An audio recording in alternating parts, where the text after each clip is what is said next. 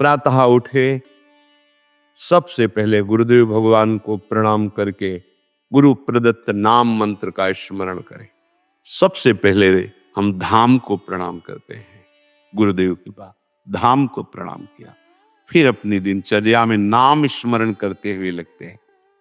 जब स्नान कर ले, रज लगाते हैं, चरणामृत लेते हैं, तिलक रचना करते हैं, फिर दिनचर्या आगे की बढ़ती है। इतना शरीर सेवी मत बन जाओ कि हर समय खान पान का ही चिंतन केवल बना रहे, जिससे प्राणों का पोषण हो, शरीर स्वस्थ रहे। ऐसी दिनचर्या बनाओ। 2 बार, 1 बार, 3 बार, जितने में तुम्हारा प्राण पोषण होता है, थोड़ा थोड़ा ले लो। बिना स्नान किए खाना पीना या स्नान करके सीधे केवल भोजन अर्पित करने की बात ही नहीं मन में आई, बहुत ध्यान देने योग्य। ये कचाई दूर हो जाएगी।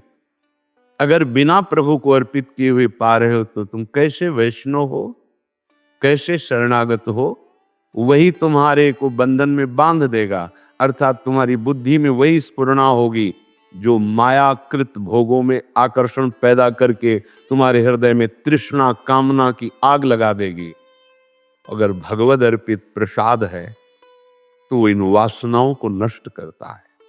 बिना भगवद अर्पित किए हुए जो भी पाया जाता है वो पाप पाया जाता है, ऐसा संतों ने कहा है, ऐसा भगवान ने भी गीता जी में कहा है। कितना समय लगता है? बहुत सहज बात है।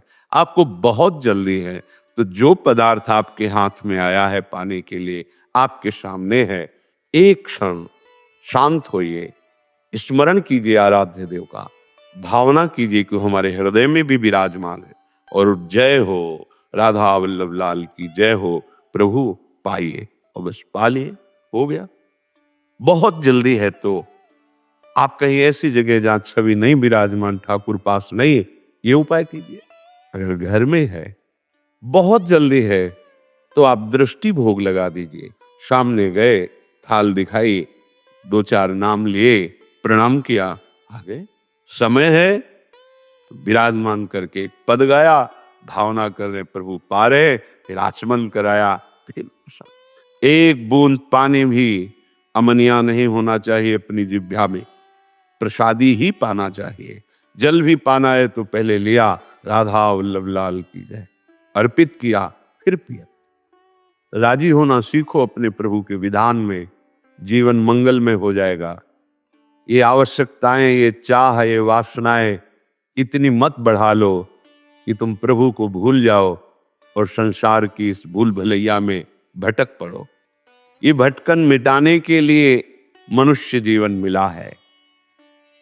प्रातःकाल ब्रह्म मुहूर्त में उठने के बाद आपकी दिनचर्या कैसी होनी चाहिए और दैनिक पूजा पाठ हमें कैसे करना चाहिए और किन बातों की सावधानी रखनी चाहिए, आशा है इन सभी प्रश्नों के उत्तर आपको पूज्य गुरु जी के इस प्रवचन से जरूर मिले होंगे।